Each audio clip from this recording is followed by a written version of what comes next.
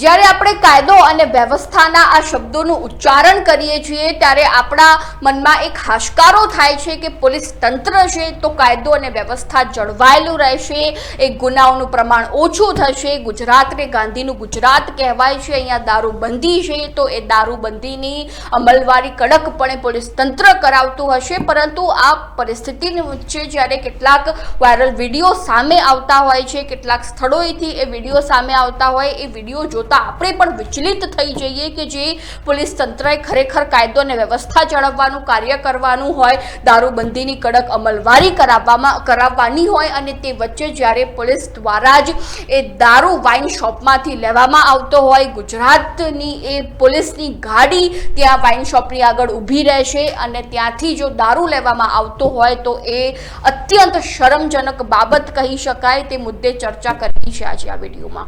નમસ્કાર, લાઈટ 24 ન્યૂઝની સાથે હું છું મેક્ષુ ઠક્કર. તાજેતરમાં જ દીવમાંથી એક વિડીયો સામે આવ્યો છે. એ વિડીયો સોશિયલ મીડિયામાં વાયરલ પણ થઈ રહ્યો છે, જેમાં ગુજરાતની જ પોલીસની ભાવનગરની એક ગાડી જે છે તે વાઇન શોપની બહાર ઊભી રહે છે દીવમાં. ત્યારબાદ એ ગાડીમાંથી બેઠેલો એક વ્યક્તિ ગાડીની બહાર નીકળે છે, 3-4 આંટા મારે છે. આંટા ફેરા કર્યા બાદ એ વાઇન શોપમાં જાય છે અને ત્યાંથી 2-3 બેગ ભરીને વસ્તુ લાવવામાં આવતી હોય છે. ક્યાંક એ દારૂની બોટલો પણ હોઈ શકે અને જ્યારે એ જે છે તે ગાડી તરફ એ વ્યક્તિ જાય છે અને બીજો જે અન્ય વ્યક્તિ છે તે પોલીસની ગાડીમાં જ બેઠો હોય છે, જેમાં GJ4 નંબરવાળી એ નંબર પ્લેટવાળી ગાડી જે છે તે એ વાઇન શોપની બહાર ઊભી હોય છે. GJ4 એટલે કે ક્યાંક ભાવનગરની જે પોલીસની ગાડી હોઈ શકે છે. અને બીજી બાજુ સૌથી મોટો પ્રશ્ન એ ઉઠી રહ્યો છે કે ગુજરાતમાં જે દારૂબંધી જોવા મળતી હોય છે, પરંતુ અહીંયા તો ભાવનગરની પોલીસ જે છે તે ક્યાંક ને ક્યાંક તેની જ ગાડી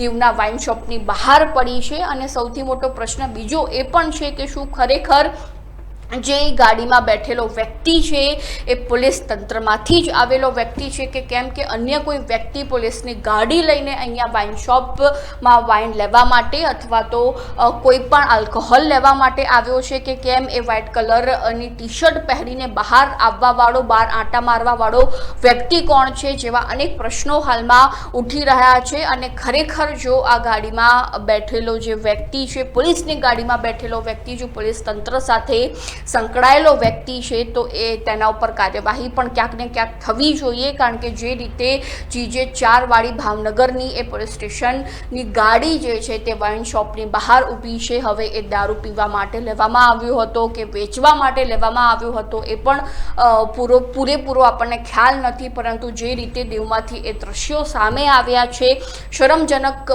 બાબત પણ કહી શકાય. કારણ કે પોલીસની ગુજરાત પોલીસની ગાડી વાઇન શોપની બહાર ઊભી રહે છે. ખરેખર પોલીસે તો એ દારૂબંધીનું કડકપણે જે અમલવારી કરાવવાની હોય, કાયદો અને વ્યવસ્થા જાળવવાની હોય અને બીજી બાજુ જે પણ લોકો દારૂ પીતા હોય તેમને બંધ કરાવવાનું કાર્ય કરવાનું હોય, તેમની પાસેથી દંડ ભરાવવાનો હોય. પરંતુ આ પરિસ્થિતિની વચ્ચે જ જો દીવમાં વાઇન શોપની બહાર ભાવનગરની એ પોલીસ સ્ટેશનની ગાડી ઊભી હોય તો એ અત્યંત શંકાસ્પદ બાબત કહી શકાય.